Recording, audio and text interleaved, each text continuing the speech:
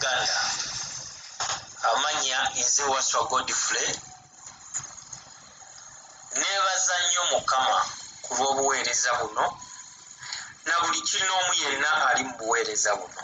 Mukama akuwa omukisa, akuyambe, akuteekeko omukono gwe, obeere ng'osobola okuyita mu buli kintu kyonna ekibadde kikusoomooza, kuba nga tukyali balamu waliwo ebijja ne bitusoomooza, ebisoomooza ebizibu, naye kiba kitiibwa kya Mukama nti atusobozesa okuyita mu bizibu ebyo.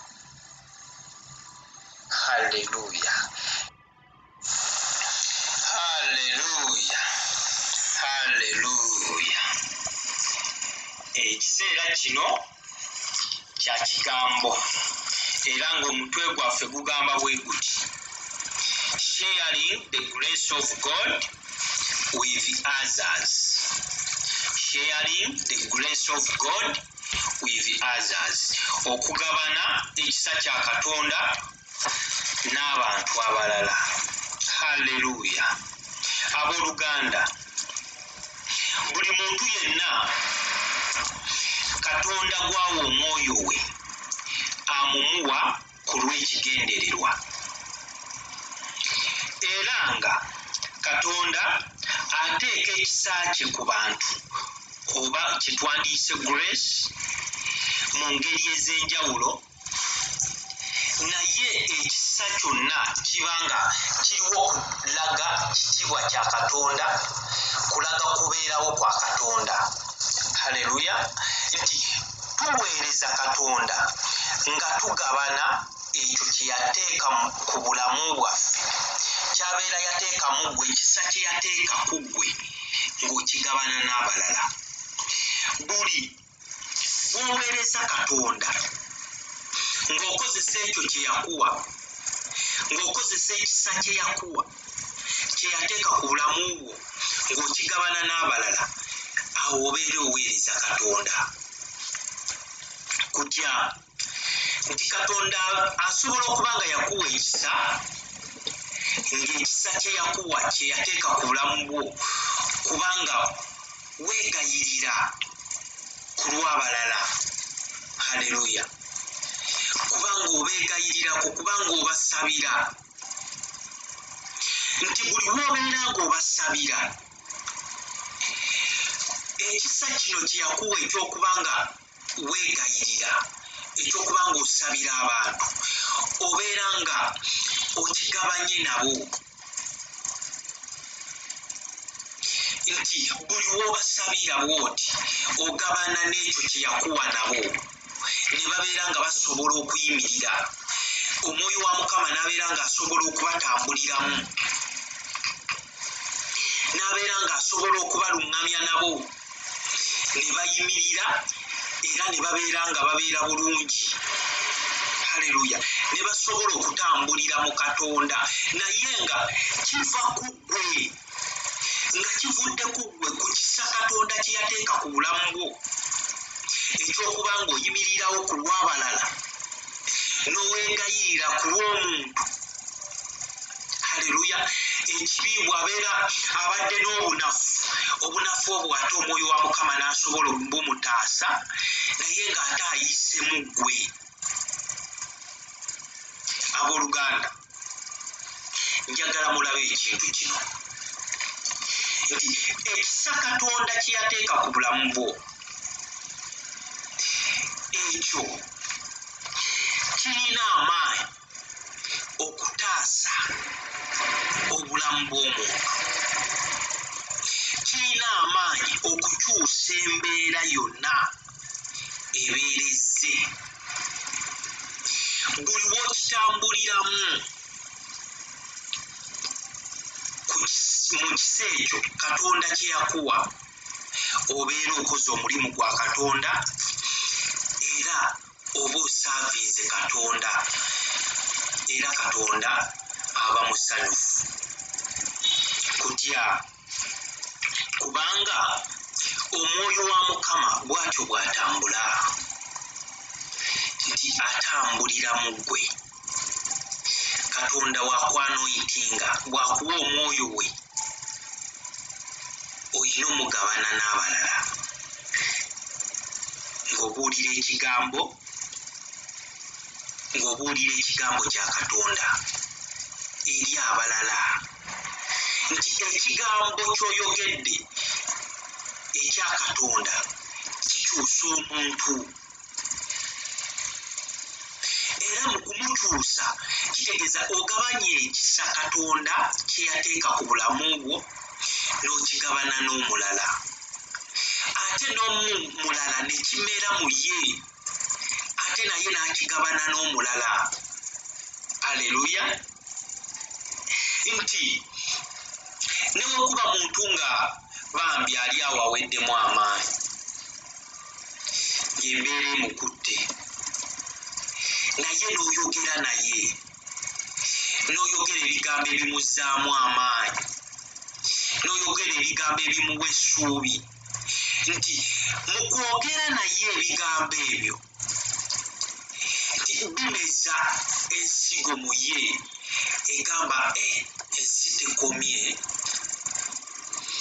wakyali essuubi eddala nsobola okuddamu n'embeera bulungi nti olw'ensonga nti okoze ekyo kitegeeza oba ogabanye ekisa ekiri mu ggwe n'okigabana naye n'omuwa essuubi eppya essuubi ly'oyina ery'ekisa ekyo ne limera mu ye n'asobola okuba nga naye ayimirira buto. Tuweereza Katonda nga tugabana ekisa kye yateeka ku bulamu bwaffe n'abalala. Haleluya.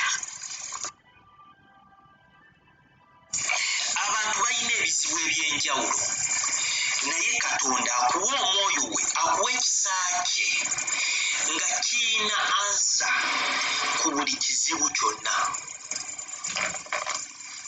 Waliwo abeera eyo ng'aweddemu ssuubi. Haleluya. Ne wabeerawo abeera eyo nga mulwadde, ne wabeerayo abeera eyo nga yeetaaga kuwulira kigambo addemu amaanyi, ne wabeerayo abeera eyo nga yawambibwa amaanyi ag'ekizikisa naye nga Katonda agaba omwoyo oba agaba ekisa kye ng'olina okigabana n'abalala abaweddemu essuubi n'oyogera nabo ne baddizibwamu amaanyi nti buli bw'obeera ng'oyogedde naye addamu essuubi n'amanya waliwo Katonda asobola okumpa fyuca ennungi, asobola okungabirira buli kye neetaaga era ow'amaanyi asinga abalala bonna. Abadde omulwadde ne musaba naye. Haleluya. Omwoyo wo nti ekisa ekiri ku ggwe n'okigabana naye ne kimuyamba okuba ng'ayimuka, okukkiriza ne kukula mu ye era Katonda n'amuyamba n'awona. Haleluya. Ate naye n'asobola okutambulira mu Katonda naye n'ayimusa abalala. Abasinza, okusinza kulimu amaanyi, okutendereza kulimu amaanyi nti buli w'osinza n'otendereza ogabana ekisa Katonda kye yateeka ku bulamu bwo n'abalala ne baddizibwamu essuubi. Abadde yagwa nga talina maanyi gasobola kusaba, talina maanyi gasobola kusiiba. Haleluya. Talina maanyi gasobola genda kubuulira kigambo, kubuulira njiri ya Katonda ng'ali awo, naye osobola okugabana naye n'abeera ng'ate addizibwamu bujja n'asobola okutambula. Omwoyo wa Mukama asiima nnyo ekintu kino era Katonda akyagala nnyo kuba oba okoze omulimu omutuufu gw'olina okukola alaba nga kye yakuwa ensonga lwaki lwaki yakulonda n'akuwa ekisa kye alaba ng'omulimu ogutuukiriza era ng'omulimu ogukoze era aba musanyufu olw'ensonga nti oba ogabanya ekyo kye yateeka ku bulamu bwo ate nga tulaba nti awatali mwoyo wa Katonda toyina ky'osobola kukola. Mwoyo wa Katonda yakyusa ekisa Katonda kye yakuteekako kyekikyusa. Gwe osobola okusaba n'omuntu, osobola okubuulira muntu kigambo, naye omwoyo oli ali mu ggwe yayingira oyo n'asobola okuba nga amuluŋŋamya ku ekyo n'asobola okukyuka.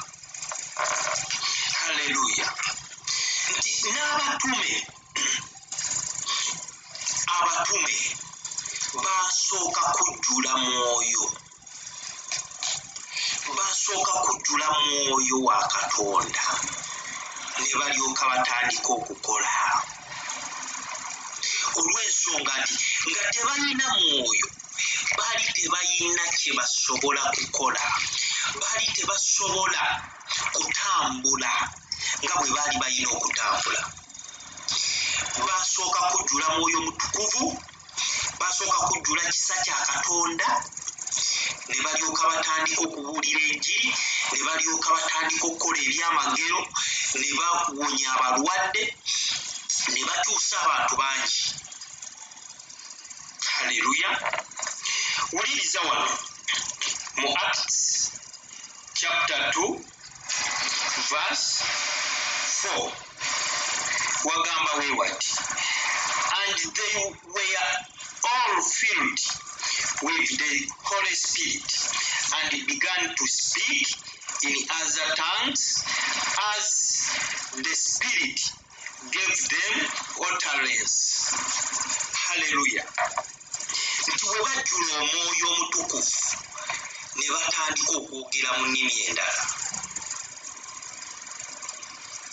Olw'omwoyo ono ye yabakyusa. Tulaba nti bwe bajjula omwoyo ne bakyuka. Nti omwoyo oyo Katonda gwe yabawa n'abajjula y'omwoyo gwe babeera balina okuba nga bagabana n'abantu, y'omwoyo gwe bagabana na buli muntu yenna.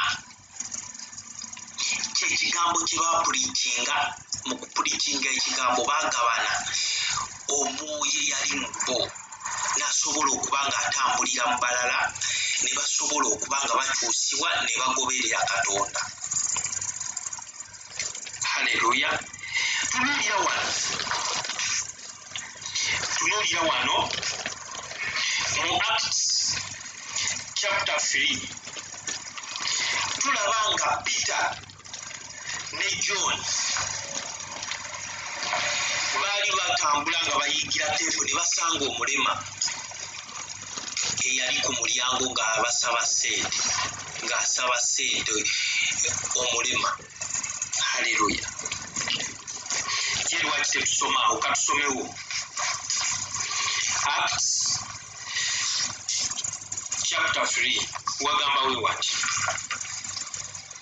now Peter and John were going up to the temple at the hours of prayer, the 9th hour, and a man lame from birth was being carried, whom they laid daily at the gate of the temple, that is called the beautiful gate, to ask alms of those entering the temple.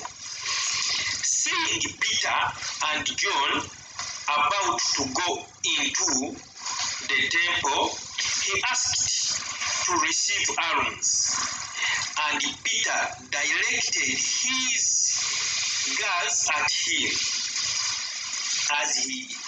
as did John, and said, "Look at us." And he fixed his attention on them, expecting to receive something from them.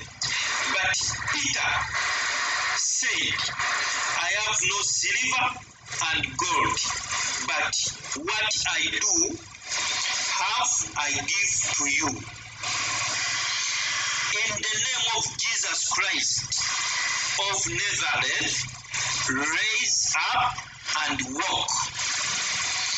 And he took him by the right hand and raised him up, and immediately his feet and knees were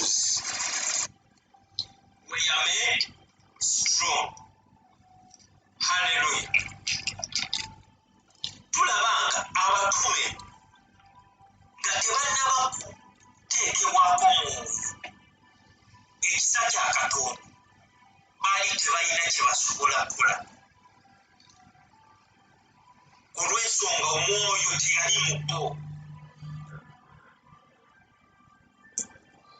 Naye omwoyo we yamala okubakkako ne batandika okuwulira ekigambo kya Katonda, ne batandika okutambula nga balaga ki Katonda ky'ayagala, kye yeetaaga eri omwana w'omuntu. Bwe baali batambula basanga omulimu ng'asaba ssente, asaba bukoyini ku mulyango oguyingira yoka, oguyingira tembo.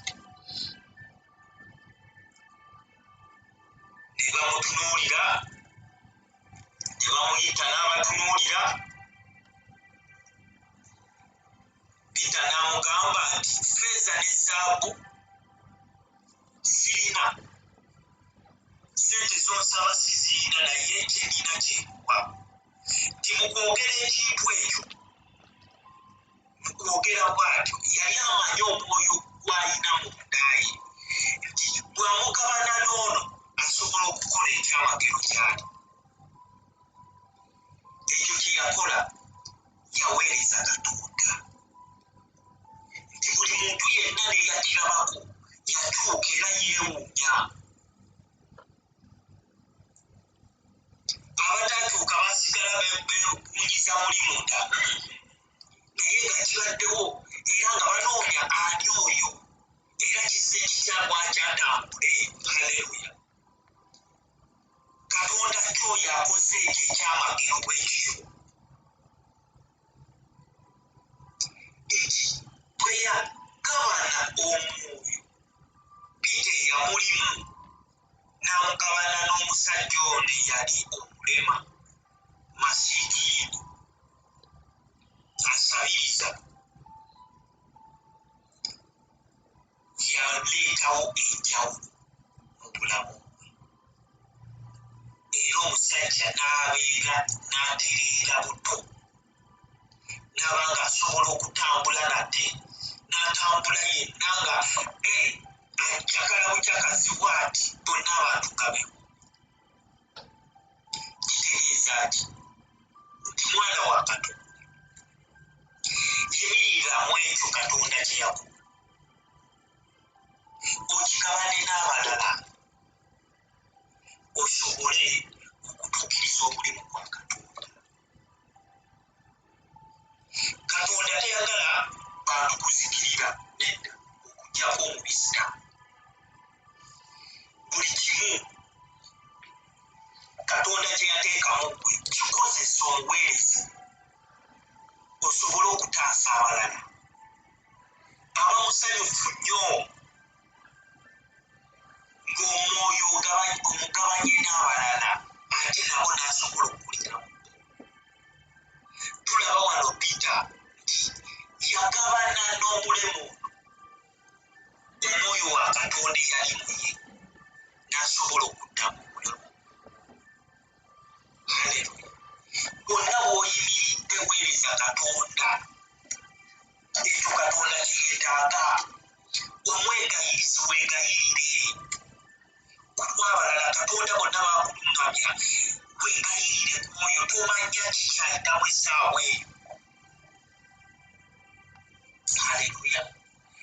Kiyinza okuba nga essaala yo okwegayira kw'ogenda okwegayirira Essaawa gy'ogenda okusaba egenda kutaasa omuntu, egenda kuddamu emuyimuse nate buto. Bw'okola ekyo kitegeeza tubeera tutambula nga tugenda mu maaso mu linnya erya Yesu, nga tuyingira nga tutambula mu maanyi, nga tulina omwoyo wa Katonda. Tunuulira Moses nga Katonda tannamuteekako kisa kye, nga tannamuwa mwoyo, yali talina kyali. Naye Katonda bwe yamusisinkana n'amuteekako omwoyo gwe, Moses yataasa abaana ba Isirayiri okuva mu slavery, okuva Egypt. Nti Katonda yamuteekamu omwoyo gwe, yamuteekako ekisa kye, ekisa kye okuba nga agenda kigabana n'abantu abo, ekisa kye okuba nga kigenda kuzzaamu essuubi abantu abo, ekisa kye okuba nga kigenda okuwa ekkubo abantu abo. Haleluya. Nti Moses bwe yali ng'akyatambula bibye, ebyo si bye yalinako. Abaana ba Isirayiri baaliwo nga Moses naye waali, naye nga si byaliko nti oba asobola n'okufuuka ekyo. Naye Katonda bwe yamusinkana bw'ati, awo bwe yakyukira. Owooluganda, Katonda kye yateeka mu ggwe, ekyo Katonda ky'ayagala otambule nakyo, okigabane n'omulala, naye asobole okuyimirira. Haleluya. Yogera n'omuntu oyo gw'olaba aweddemu essuubi, omwoyo ali mu ggwe ajja musaasira era ajja muyamba, ajja mussaamu essuubi. Oyo abadde takyasobola kuyimirira,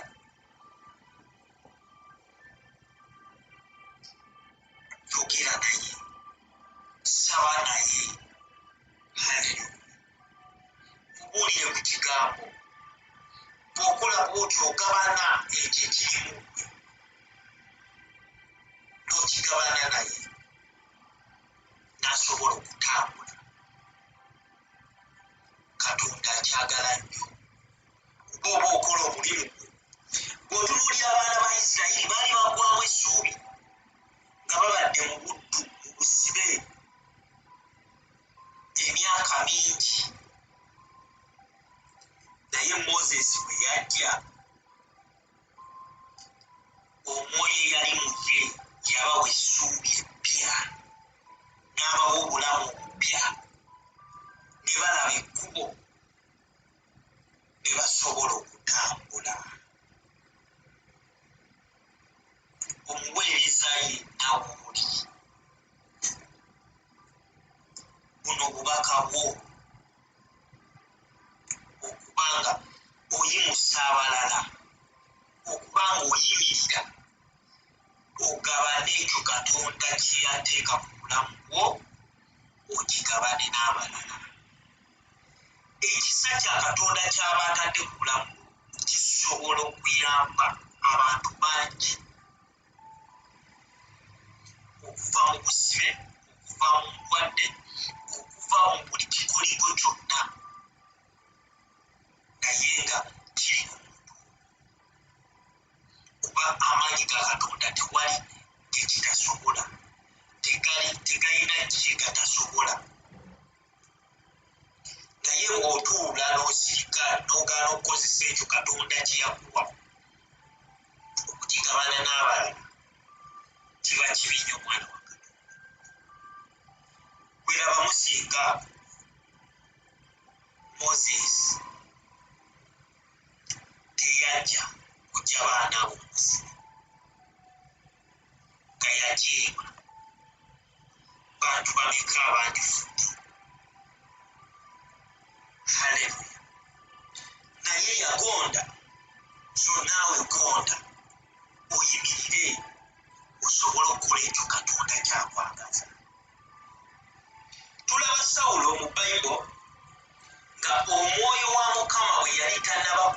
kumukako jjukira bamulonda okuba kabaka naye ng'omwoyo wa mukama bwe yali tannaba kumukkako yali talina kyasobola. Haleluya! Yali talina kyasobola era nga talina kyasobola kugabana n'abantu, talina ngeri kyasobola kuyambamu bantu olw'ensonga nti omwoyo akola yali tali mu ye. Bw'osoma mu Bassekabaka ekisooka chapter 10 verse 6 up to 7 olaba nga nabbi Samwiri yali agamba, tulaba Samwiri ng'agamba Sawulo nti omwoyo wa Mukama ajja kujjako otandike okulabula ne bannabbi, awo okyusibwe ofuuke omuntu omulala. Haleluya! Nti Sawulo bwe baali bamulonze okuba kabaka, ate baali balina okumusabira omwoyo wa Mukama amukkeko akyusibwe afuuke omuntu omulala, okugamba nti asobole okufuna amaanyi agasobola okutambula nga Katonda bw'ayagala afuge nga kabaka. Tulaba wano eno nti bwe yatuukayo nabbi gye yali amugambye, Samwiri gye yali amugambye okugenda, awaali bannabbi bwe baali balagulira nti omwoyo wa Mukama n'amukkako, naye n'atandika okulagula. Sawulo naye n'atandika okwogera nga bannabbi, n'alagula, n'abeera ng'akyusiddwa ajjudde omwoyo amusobozesa okuba kabaka. Haleluya! Era bw'otunula n'osoma wano nga mu Samwiri ekisooka chapter 11 verse 6 up to 7 olaba nga Sawulo yasobola okuwangula Abamoni, babayita Abamoni, the Ammonites. Yasobola okubawangula, yasobola okubawangula n'abalwanyisa omuntu omu abaali bayigganya abantu, ne badduka ne bagenda obutadda ku ttaka eryo gye baali bakola babonyaabonyeza abantu. Era buli omu n'akkiriza nti Sawulo asobola okuba kabaka era asobola okubakulembera. Naye nga bwe yali nga tannaba omwoyo oyo okumukkako, yali tasobola kulwanyisa bantu bano. Nti omwoyo wa Katonda yajja mu Sawulo, Katonda yamuteekako ekisa kye okuba nti asobola okukikozesa okuyamba abantu ba Katonda. Era Sawulo bwe yakola ekyo n'alwanyisa Abamoni, abantu bonna ne bakkiriza. Era Sawulo awo n'atandika olugendo lwe okuba nga akola obwakabaka. Nti Sawulo yagabana ekisa Katonda kye yassa mu bulamu bwe n'abo abaali babonyaabonyezebwa, n'asobola okuba nga abayamba, n'asobola okuba nga abataasa abantu abo, ng'asaanyaawo Abamoni baneeno abaali bazze okutulugunya abantu abo. Omwoyo wa Katonda n'asobola okuba nga agabanibwako n'abantu abo ne bafuna obulamu bwabwe, ne bafuna eddembe lyabwe. Abaali bagenda okuttibwa ne babeera nga tebattiddwa, bwe baali bagenda okutwalako ebyabwe ne bibeera nga tebigenze. Nti yimirira mu ekyo okigabaneko n'omulalo ku luganda, osobole okutaasa obulamu, osobole okwongerayo obwakabaka bwa Katonda.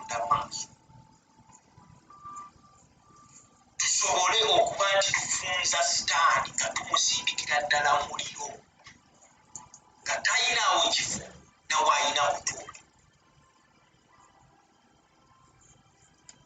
Buli lwogabana n'omuntu ekyo Katonda kyeyakuwa, ekisa Katonda kyeyakuteekako, n'obeera ng'oyimusa omulala, ofuna mirembe, ofuna ssanyu, ofuna bulamu bulungi. Haleluya! Ti Katonda aba musanyufu naawe n'akusanyusa olw'ensonga ogezezza obwakabaka bwe, olaze obwakabaka bwe, olaze okubeeramu bwe. Essanyu liri mu Katonda, mwe muli obulamu, era emirembe gyonna ogifuna singa nga ekyo kye yakuwa okikutte bulungi, nga okikozesa ki kyayagala okikozesa.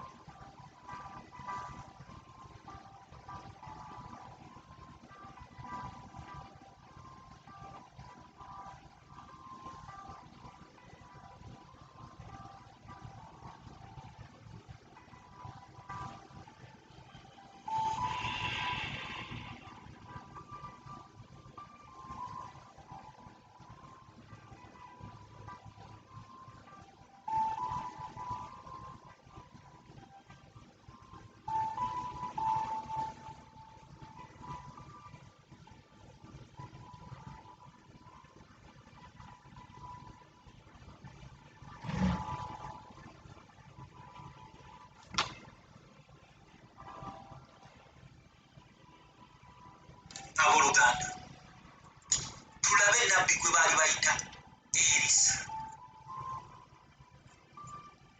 Ekiseera bwe yali ng'akyali wansi w'Erayija, yali talina kyakola okuggyako okuweereza nabbi gwe baali bayita Eriya.